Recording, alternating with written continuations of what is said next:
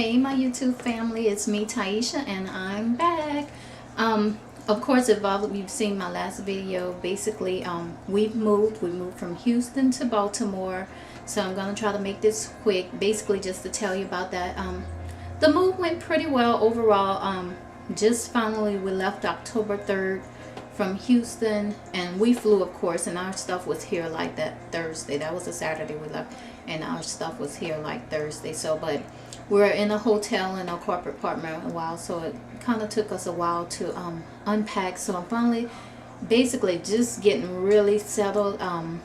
Everything's basically in this place. I just have a few paperwork things that I need to file and get organized, because I'm just a really organized person. I feel like I can't move on or think when things are in disarray, so I'm trying to hurry up and get that done. Basically lately it's been a little challenge with my son. I do have a 7-year-old son. He's in the 2nd grade, and he's a good child. The boy just runs his mouth a little too much, and in school nowadays, even more than grades, they're checking behavior. So kind of been on him, having to deal with that and deal with homework. I'm not working right now, so kind of been stay at home. I don't know if the stay at home mom thing is for me. It's a blessing to be able to be home with your kids, but I can honestly say is if I could make the money that my husband makes, I'll let him stay home if he keep the house clean, because I am a neat freak. So, and if everything could be in order, I'll let him stay and go to work. So, but anyways, just on to now that everything's been settled, I found a OB/GYN here because I had to get a recent pap smear before seeing a fertility specialist. So I'm glad I decided to do that, because I didn't know beforehand that I had to have it, so to move forward with that. So I found the OB, really young doctor. Doesn't seem like I don't know how old she is, but she's really young. Seems like she's younger than me, but she's really nice, really sweet, really talkative, which I like. A doctor who talks to you, goes along, instead of just in there kind of like do the business and get on out. I want somebody talking to me. That way you feel open to talk to them, like you're not bothering them, and so conversation is kind of flowing. So stays really close. The office is really close to where we live, and so I'm really happy with her. I really like her, and I was gonna ask her about the someone to refer me to for fertility, but before I went there, I wanted to, because sometimes I know the appointments take a while, so I went ahead and made an appointment anyways. So I want to send a shout out to Super Tina for mentioning the Shady Grove. I actually did call them, and when I went in to see my OB doctor, she was actually going to refer me to them, and also to the doctor, which is Dr. Yazigi. She was referring me to that doctor, which that's who they scheduled with me with, because I think they have like about 2 or 3 in that location that I went to.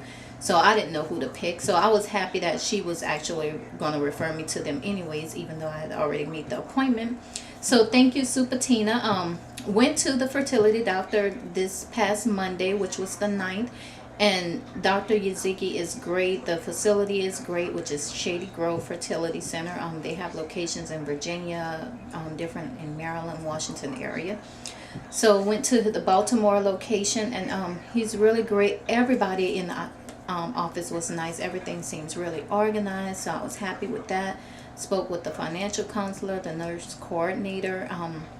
So happened, I know you all must have to get day 3 of your cycle, your hormone levels, and so happened I was on day 3, the date that was already scheduled. So we went ahead and did blood work there, and I didn't have to call them for the results. They called me and gave me all my FSH level, my LH level, and some other levels. So I'm going to start a journal to write all of that stuff down. So I was really happy about that, because I don't like having to wonder what your results are. So they went ahead and scheduled, told me to go ahead and to a lab and for my viral blood work.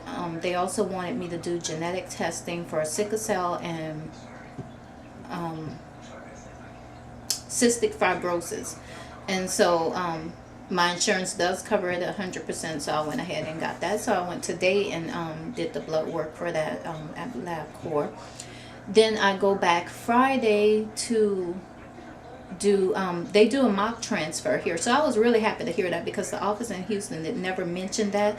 And she said what that is to test the anatomy, because the thing they don't want to do is get in there the day of and find that your uterus is tilted or something else going on. And so basically it just tells exactly where to go and how they're going to get it in. And so I'm going to get a hysterosonogram, I think.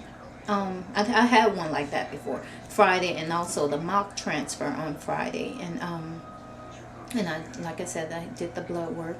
So everything's moving along. Basically, we're probably gonna still have to wait until the beginning of the year. So what it is now is that I'm getting everything in place and in order. You know, all the testing done. My husband will have to get another semen analysis, which he hates. So that way, right at the beginning of the year, the first cycle I get, then we can start on the birth control, because we're going to do, his insurance covers 50% of medications and the procedure. So we're going to wait until the insurance rolls over. So, and you know, they won't start with the actual IVF part, which is when they're monitoring you. So I won't be able to do medicines until then. And hopefully we'll be pregnant by February, at least by sometime in February. Because I don't know, maybe all of you can send a comment or a message or something. Ever since before, I wasn't on birth control before I had my ectopic last December or anything, but my cycle would come every 28 days as if I was on birth control, always has. And ever since, I can't remember if it was after the ectopic surgery or after doing the fertility medications, it's almost like it's every 21 days. And it's like I'll spot, though not 21 days exactly, but it's like spotting for about 7 days, and then it'll start.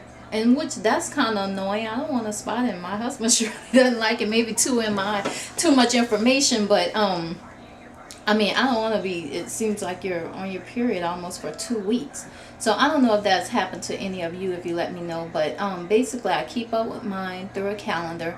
So it looks like it would be coming on like right at the turn of the year, like the 2nd, if it stays on track. It's just that it's kind of been off ever since then, and I never used, so I can't say for sure, but most likely it'll come around then. So I'm assuming when that period comes on, then we'll start birth control, and then of course you have one more.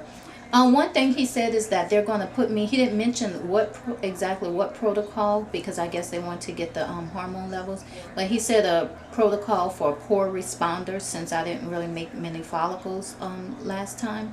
So they're going to, and he mentioned something about the Lupron being different, a concentrated solution. So he hasn't given me the prescription. So he said most of the medicines that I had from the last cycle, which I had Avidril, and all the other stuff, Menopur, besides the Lupron, he said it'll probably be different. So I probably won't be able to use the Lupron that I had, because it said something about a microdose, or whatever. So but other than that, that's pretty much it. I don't want to go over the time and have to do this video again. So basically we're moving along, like I said, and I'll do videos still to say hi and just let you all know. But I want to say congratulations to everybody who has gotten their big fat positive, and who's going along in their new pregnancies. Trinise, Lady Mosley, for your positive. I know you kind of cheated with your beta, but I'm so sure, and I'm so happy for you. I can't even believe it. I'm so happy. As if it was me. Who else? Oh, Star Sofa Star, going along. I hope you're doing okay with your pregnancy. Send us an update. Everybody, Mulatto saw it. Just hopefully everything goes well with your frozen embryo transfer. Can't thank everybody, but I want to thank all my new subscribers, new friend requests. I was not looking at videos for a long time because we're so busy, so I've been trying to catch up and see how everybody's doing. So thank you all for watching, and I'll update you soon. Thank you, YouTube. Bye.